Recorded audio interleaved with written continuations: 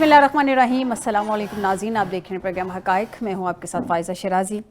ناظرین، افواج پاکستان نے بھارت کو وہ سبق سکھایا جو صدیوں میں یاد رکھا جائے گا۔ پرائم منسٹر شہباز شریف نے مظفر آباد میں تقریب سے خطاب کیا ہے۔ انہوں نے کہا ہے کہ مقبوضہ کشمیر میں ہمارے بھائی بہن قربانیاں دے رہے ہیں، وہ وقت جلد آ جائے گا جب کشمیر بنے گا پاکستان اور مقبوضہ کشمیر آزاد ہوگا۔ انشاءاللہ جی، ہماری دعائیں ہیں اس سب کے لیے کہ یہ وقت جلدی آئے۔ اس سب کے علاوہ قومی یکجہتی، سلامتی، استحکام کو نقصان پہنچانے کی کسی کو اجازت نہیں دی جائے گی۔ کور کمانڈر کانفرنس میں یہ چیز سامنے آئی ہے۔ پاک فوج کے کور کمانڈر کانفرنس میں ناظرین ایک چیز واضح کر دی گئی ہے کہ قومی یکجہتی، سلامتی، جیسے کہ ابھی میں نے بتایا کہ کسی کو اجازت نہیں دی جائے گی نقصان پہنچانے کی، چاہے ایسے عناصر سیاسی ہوں یا کوئی اور ہوں۔ بڑی امپورٹنٹ چیز یہ ہے کہ یہ جو 273ویں کور کمانڈر کانفرنس منعقد ہوئی ہے، جس میں فورم نے دہشت گردی کے حالیہ واقعات میں شہید ہونے والوں کے لیے سال ثواب کے لیے فاتحہ خوانی بھی کی ہے۔ اب انہوں نے جنہوں نے اپنی جانوں کا نذرانہ پیش کیا ان کو خراج عقیدت بھی پیش کیا ہے، اور غیر ملکی امام پر دہشت گردی کے فروغ کے خلاف مادر وطن کا دفاع کرنے والوں کو خراج عقیدت پیش کیا ہے۔ جبکہ جو chief of defence forces Syed Asim Munir نے پاکستان کی مسلح افواج کی غیر متزلزل جرأت، پیشہ ورانہ مہارت اور قربانیوں کو زبردست خراج تحسین پیش کیا ہے۔ ایک چیز بڑی امپورٹنٹ ہے اس میں، کہا جا رہا ہے بھارتی سرپرستی میں تمام دہشت گردوں، سہولت کاروں سے فیصلہ کن اور بغیر کسی رعایت کے نپٹا جائے گا۔ یہ تو خیر پہلے بھی ہمارا سٹانس کلیئر تھا، اب مزید ہم ڈے بائی ڈے اس کو مزید کلیئر کرتے جا رہے ہیں کہ یہ ہمارا سٹانس کیا ہوگا۔ افواج مسلح افواج اور پاکستانی عوام کے درمیان تفرقہ پیدا کرنے کی کسی کو اجازت نہیں دی جائے گی۔ یہ اشارہ کس جانب ہوگا، اس پہ بھی بات کریں گے آج کے پروگرام میں۔ اس سب کے علاوہ ناظرین، سب سے امپورٹنٹ، پی آئی کی نجکاری سے 10 نہیں 55 ارب روپے ریونیو ملے گا۔ 25% شیئرز کے فروغ سے بھی 45 ارب روپے ملیں گے۔ یہ میں نہیں کہہ رہی ہوں، یہ مشیر نجکاری محمد علی صاحب نے پریس کانفرنس کی ہے۔ ان کا کہنا ہے کہ ایئر لائن نہ تو بیچتے تو شاید 2 سال بعد طیارے اڑ بھی نہ پاتے۔ ویسے طیاروں کی جو حالت ہے، صورتحال تو ان کی شاید یہی ہے۔ اب جنہوں نے خریدا ہے وہ نئے طیارے لینا بھی کوئی اتنا آسان چیز نہیں ہے، گو کہ ان کو انسینٹیوز کافی دیے گئے ہیں، لیکن لیٹس سی کہ کیا بنتا ہے۔ 10 سال میں 500 ارب روپے کا نقصان ہوا، سرمایہ کاری میں اضافہ ہوگا۔ ناظرین، ایک چیز یہاں پہ ریمائنڈر دیتی چلوں مشیر نجکاری محمد علی صاحب کو، کہ جو کہہ رہے نا کہ 10 سال میں 500 ارب روپے کا نقصان ہوا، تو سرکار یہ 10 سال میں جو 500 ارب کا نقصان ہوا، یہ ٹکا بھی آپ کی گورنمنٹ کی وجہ سے لگا تھا۔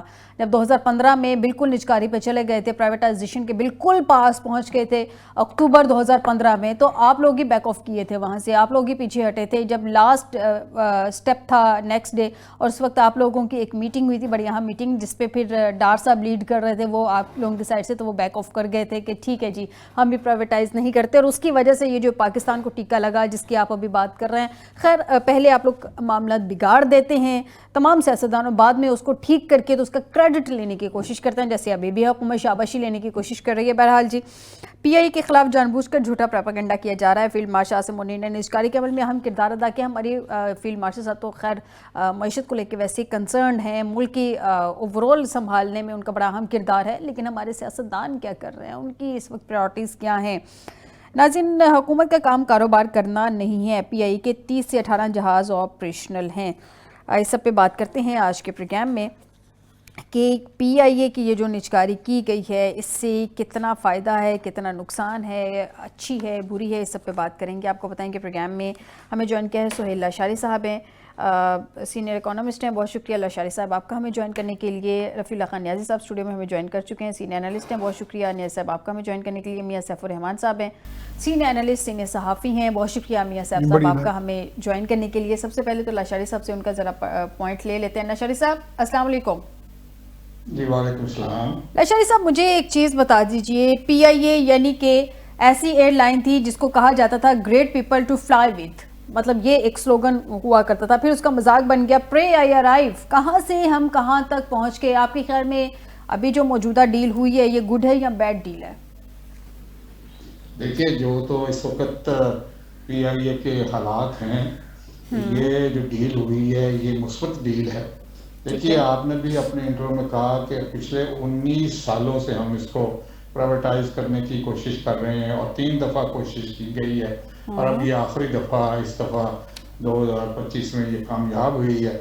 آپ اس کے جو نقصانات ہو رہے تھے وہ 30 سے 50 ارب سالانہ، تو آپ جیسے منسٹر صاحب نے بھی کہا کہ اور 2 سالوں بعد تو شاید ان کے پاس پیسے اتنے بھی نہ ہوتے, اور جہازوں کی بھی وہ حالت ہے کہ جب کہ 36 جہاز تھے صرف 18 چل رہے ہیں, وہ بھی جس حالت میں چل رہے ہیں وہ بھی ہم ہی جانتے ہیں.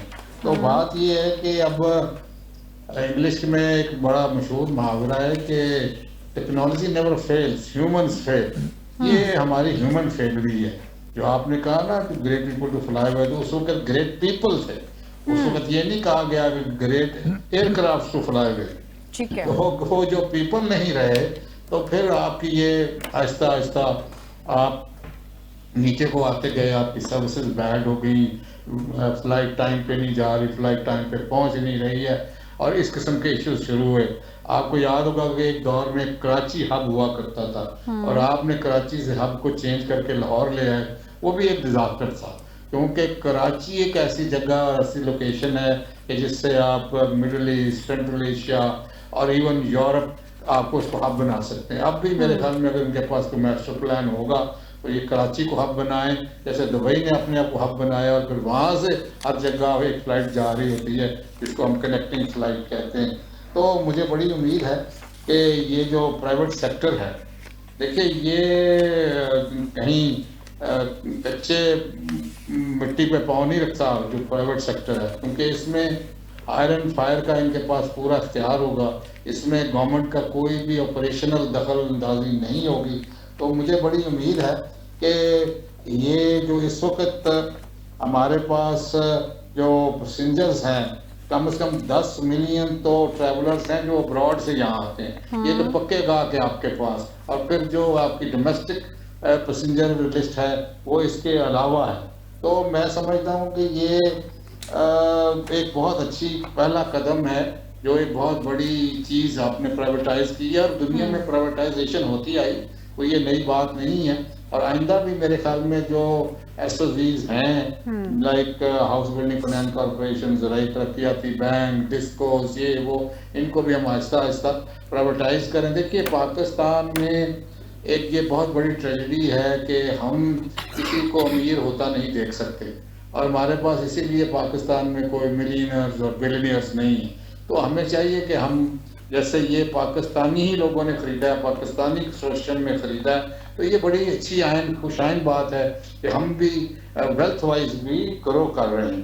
ان میں اس دیکھیے انسینٹیو بھی دیے گئے ہیں ان کو, کہ جیسے جی ایس ٹی ہے 18% ہے. میں اس جانب آتی ہوں لشاری صاحب, میں اس جانب آتی ہوں, جی ایس ٹی کی طرف بھی آتے ہیں جو انسینٹیوز دیے گئے ہیں. میں ذرا پوچھ لوں اپنے باقی مہمانوں سے کہ یہ ڈیل کو وہ کس نظر سے دیکھ رہے ہیں. نیازی صاحب مجھے یہ بتا دیجئے, آپ کی نظر میں اچھی ڈیل ہے یا پی آئی اے بہت زیادہ خسارے میں جا رہی تھی, اس کو بہتر کیا جا سکتا تھا, مطلب کیا آپ کیا اس کو دیکھیں, اچھی ڈیل ہے بری ڈیل ہے؟ بسم اللہ الرحمن الرحیم. شکریہ فائزہ. میں سمجھتا ہوں وہ جو بھی بیمار یونٹ ہیں, جہاں بھی حکومت پاکستان کے جو ادارے وہ نقصان میں جا رہے ہیں, ان کو بالکل پرائیویٹائز کرنا چاہیے, ڈی نیشنلائز کرنا چاہیے, ایک اچھی بات ہے, مگر اس میں ٹرانسپیرنسی جو ہے نا اس کو مد نظر رکھنا چاہیے. اور میں یہ سمجھتا ہوں کہ 135 ارب الحبیب کنسورشیم نے اس کو جو خریدا ہے, کاش اگر اس کو پبلک پرائیویٹ پارٹنرشپ کے تحت اگر اس کو دیا جاتا تو اس کی بہتر نتائج آ سکتے ہیں. مجھے نہیں معلوم, یہ تو لشاری صاحب بتا سکتے ہیں جو کہ میرے معاشیات ہیں, کہ کیا اس کو کوئی مانیٹرنگ کوئی کمیٹی اوپر کام کرے گی, چونکہ اس میں حکومت جو ہے نا یہ کس طرح ان کو وہ واچ کرے گی, دیکھے کہ پی آئی اے جو ہے وہ اب ارننگ پوزیشن میں جا رہی ہے, اس کا لاس جو ہے وہ پورا ہو رہا ہے یا نہیں ہو رہا. اور میں یہ سمجھتا ہوں یہ بھی بڑی اچھی بات ہے کہ بالکل ایک پاکستانی لوگوں کو انہوں نے دیا پی آئی اے, اور ہمارا ہی سرمایہ ہمارے ملک میں رہے, اور یہ اچھی بات ہے, بالکل ٹھیک ہے. بجائے یعنی سالانہ اگر آپ کا نقصان ہو رہا ہے جس طرح لشاری صاحب کہہ رہے ہیں کہ 30 سے 50 ارب روپیہ, تو اس سے تو کم از کم بچ جائیں گے. ٹھیک ہو گیا.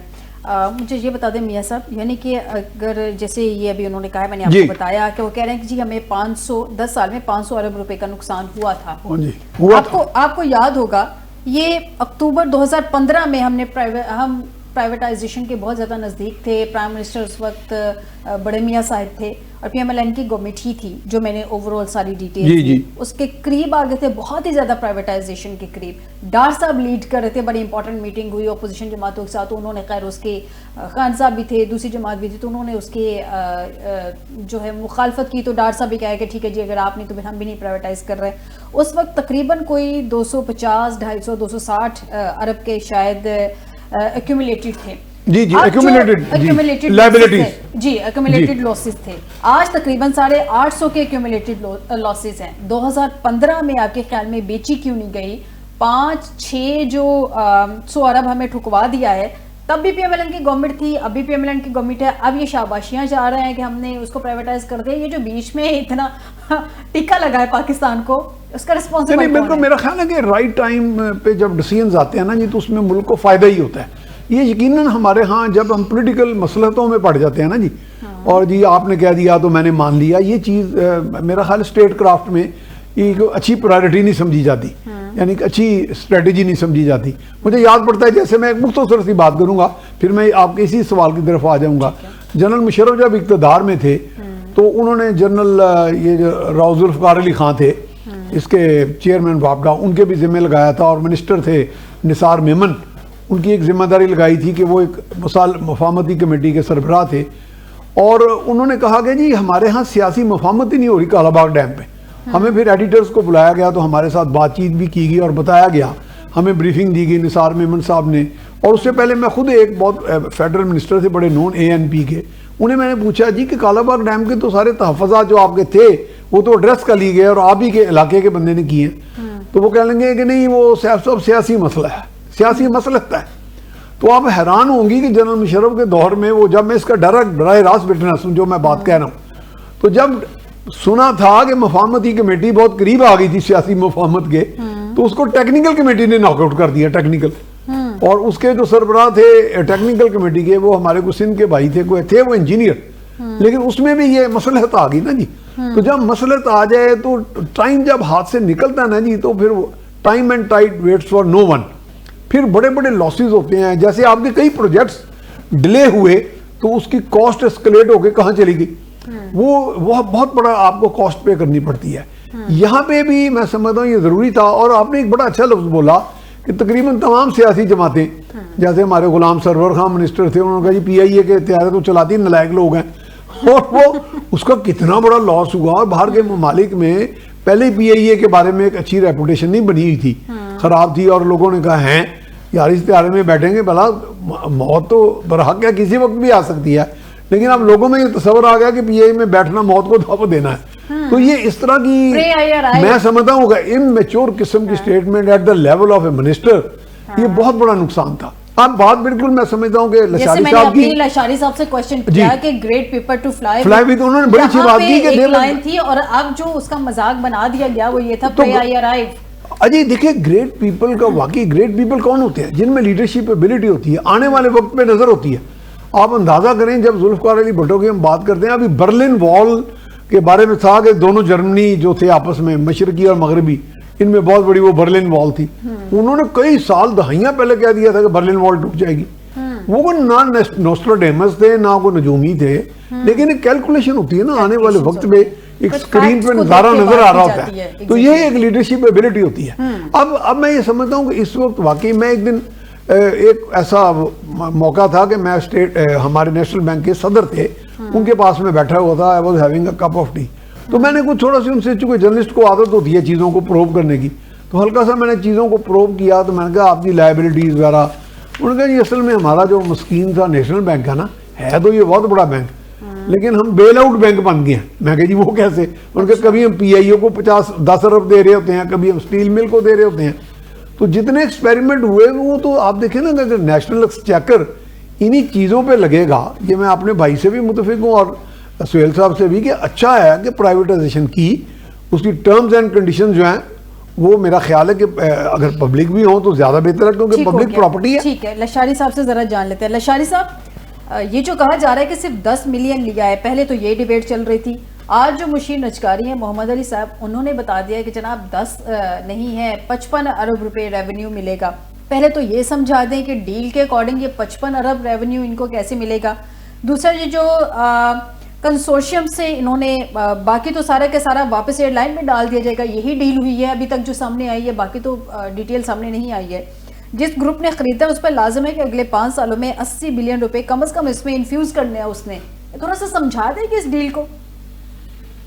دیکھیے ایسا ہوتا ہے کہ بفور بڈنگ بہت سی میٹنگز ہوتی ہیں اور بہت سے پلان ڈسکس ہوتے ہیں. ابھی جو ہم ساری گفتگو کر رہے ہیں نا آئندہ کے لیے, باقاعدہ ایک بزنس پلان ڈسکس ہو چکا ہوگا.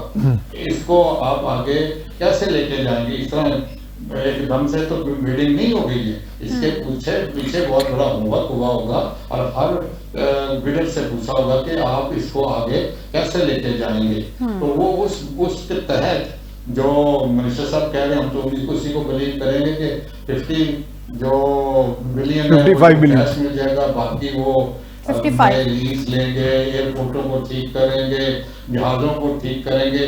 اس میں جو بکا ہے لوگوں کو بڑا ایک تجسس ہے, تو اس میں کارگو گیا ہے, ایویشن گئی ہے اور کٹن گیا ہے, اور یہ جو پی آئی اے کا اس میں ان کی جو ٹیکنیکل سپورٹ ہے وہ آرمی کے پاس ہے, اور وہ ان کو جہازوں کو ٹھیک ٹھاک کیا کریں گے. تو یہ چیز بھی کی ہے. اور جو ایسٹس ہیں پاکستان میں انفراسٹرکچر کے وہ گئے ہیں, مگر جو انفراسٹرکچر ہمارا باہر ہے جیسے روزویلٹ ہوٹل ہے یا فرانس میں پراپرٹی ہے, تو وہ نہیں بکی, وہ اس میں شامل نہیں ہے. ہمارے پاس اس وقت 36 لینڈنگ رائٹس ہیں, 18 ایئرپورٹس ہیں. تو ہم اس کو یہ اب انشاءاللہ دیکھیے آگے کیا ہوتا ہے. جس میں نے پہلے کہا کہ پورا ایک بزنس پلان ڈسکس ہوا ہوگا جو ابھی آبویسلی پبلک نہیں ہوا, اور وہ پرائیویٹ کمپنی یا پرائیویٹ کنسٹرکشن میں لیا. ہو سکتا ہے وہ ڈسکس نہ بھی کرے, مگر حکومت کے ساتھ تو ضرور ڈسکس ہوا ہوگا. جو آپ کا سوال تھا کہ اس کو کوئی ریگولیٹ یا اوورسی کر رہا ہوگا, تو میرا نہیں خیال کہ ایسا ہوگا. اب پرائیویٹ سیکٹر کو دے دیا گیا ہے, اس میں حکومت کی کوئی اوور سائٹ نہیں ہوگی. مانیٹر تو ضرور ہو رہا ہوگا, مگر وہ ایک لوز طریقے سے ہو رہا ہوگا کہ کتنے جہاز لے لیے, کتنے فلائٹیں انہوں نے شروع کر دی ہیں, کہاں کہاں یہ لے کے جا رہے ہیں, اور انہوں نے اپنے پیسنجر کی لسٹ میں کیسے انکریز کیا ہے. ابھی تو دیکھیں, ابھی بھی جو باقی کے بھی 25% ہیں, حکومت کا تو یہی خیال ہے کہ یہ قریباً 45-50 بلین ڈالر میں یہ بھی چلے جائیں تاکہ ٹوٹلی آف لوڈ ہو جائے یہ. مگر جیسے میرے بھائی نے بھی یہ کہا کہ پرائیویٹ پبلک پارٹنرشپ میں ہو جاتا تو بہتر تھا. تو میں بھی سمجھتا ہوں کہ اگر یہ لانگ لیز دے دی جاتی 50 سال کے لیے, 60 سال کے لیے, اور اس میں اسی طرح سے بلڈنگ ہوتی, تو حکومت کا ایک اپنا چانس رہ جاتا ہے کہ وہ واپس لے لے جب آپ لیز پہ دیتے. اب تو بک گیا ہے, اب یہ واپس لینے کا کوئی چانس نہیں ہے. تو مجھے امید ہے کہ یہ اپنا پرائیویٹ سیکٹر جو ہے وہ اس کو چلائے گا, اور نئے لوگ بھی بھرتی ہوں گے, جو اچھے لوگ ہیں وہ مینٹین ہوں گے. لیکن ابھی ایک سال کا تو ایگریمنٹ ہے نا. ایک سیکنڈ بس, لاسٹ ٹائم جو کہہ رہے ہیں نا کہ یہ پرائیویٹائز نہیں ہو سکا, اس کی وجہ یہ تھی کہ سارے پی آئی اے نے تو اسٹرائک کر دی تھی, اور وہ انہوں نے بالکل ہی کہہ دیا تھا کہ ہم جہاز ہی نہیں چلائیں گے, ہم اڑائیں گے نہیں. تو وہ سارے جب مخالفت ہو جاتی ہے ایسے ایشو کی. لیکن لشاری صاحب لاسٹ ٹائم 10 بلین تھا, اب کہاں 10 بلین, کہاں 135 بلین, یہ بھی بہت فرق ہے. وہ تو آبویسلی آنا ہی آنا تھا. انفلیشن بھی ہے, پھر آپ کی ریپوٹیشن بھی ہے. جیسے ابھی میاں صاحب نے کہا کہ جی ہمارے منسٹر صاحب نے اسمبلی میں کہہ دیا کہ یہ سارے ان لائسنسڈ پائلٹ ہیں, تو یہ ساری چیزیں پھر آپ کو ریٹ ڈاؤن کر دیتی ہے نا. انکوائری ہوئی ہے. ٹھیک ہے, نیازی صاحب سے جانتے ہیں. نیازی صاحب, اوور آل ڈیل میں اگر ہم دیکھیں تو بہت سارے نقائص نکالے جا سکتے ہیں, لیکن چلیں اگر ہم ویسے ہی بات کریں, یہ دیکھیں کہ ہر سال جو جیب سے تقریباً 50 ارب جا رہا تھا, وہ ایٹ لیسٹ وہ بلیڈنگ تو رکی نا, تو وہ کام تو کچھ بہتر ہوا. اب اس سے اوور آل معیشت پہ کیا اثر دیکھ رہے ہیں؟ دیکھیں, میں ایک اور بات کرنا چاہتا ہوں. مجھے جو کنسرن ہے وہ یہ ہے کہ ہمارے پاس جو طیارے ہیں, بوئنگ ہے یا ایئر بس وغیرہ ہیں, یہ ابھی اسی گفتگو میں دیکھ رہا ہوں, سن رہا ہوں کہ وہ چلانے کے قابل نہیں ہے. آپ وہ کتنی دفعہ ٹھیک کر طیاروں کی طرف آئیں گے, وہ میں نے کوسچن رکھا ہوا ہے. ابھی جو بات اہم بات یہ ہے یہ کیا انہوں نے گارنٹی دی ہے کہ ان کے پاس اتنا ایسٹس ہے؟ یہ جو الحبیب کنسورشیم ہے، مجھے لگا اس طرح رہا کہ جب آپ اس کو اوورحال کریں گے، اس کو بلکہ اس طرح کہتے ہیں کہ نئے سرے اس کی اس کو کیا ریکنسٹرکٹ کریں گے اس پی آئی اے کو، تو اس کے لیے کم از کم مزید 2 کھرب روپیہ چاہیے. 2 کھرب. اس میں ظاہر ہے اس میں بوئنگ بھی نئے آئیں گے جو 28 29 30 ارب کا ایک آتا ہے. ایئر بس کی قیمت 1 ارب 10 کروڑ تک ہوگی یقیناً، اس سے زیادہ کا یہ لاشاری صاحب بہتر سمجھتے ہوں گے. تو اس کے لیے کیا انہوں نے جس طرح اگر پہلے میٹنگز ہوئی ہیں ساری چیزیں، کیا ان کے ایسٹ اس کنسورشیم کے یہ دیکھیں، یہ نہ ہوگا کہ 1 سال کے بعد آدھا کام وہ کرے اس کے بعد وہ چھوڑ کے بھاگ جائیں چلے جائیں. یا کیا فرق پڑے گا؟ اس سے فرق یہ پڑے گا نا، دیکھیں یہ جو جس عزم کے تحت دیا گیا ہے اور جس میں ہم دیکھ رہے ہیں کہ یہ انشاءاللہ جو ابھی آپ بھی کہہ رہے تھیں کہ 30 سے 50 ارب روپے کا جو سالانہ لاس ہے، کم از کم اس سے بچ گئے ہیں. وہ جو خدشات سے وہ جو خطرے ہیں ہم اس سے بچ گیا. اگر پھر بھی یہی چیز 50 ارب تو یہ اگر تو وہ بھی نہیں کر سکتے، ان کے پاس اتنا ایسٹ بھی نہیں ہے یا ان کو کوئی بینک بیرو ہی نہیں کرتا، یقیناً ان کو جو پھر انٹرنیشنل کسی بینک کے پاس جانا پڑے گا تب جا کے. یہ پی آئی اے کوئی چھوٹا موٹا یہ پروجیکٹ نہیں ہے، یہ بہت بڑا پروجیکٹ ہے. میرا خیال ہے it is one of the Pakistani جتنے بھی انسٹیٹیوشن ہے ادارے ان میں سب سے بڑا جو ہے نا یہ پی آئی ہے.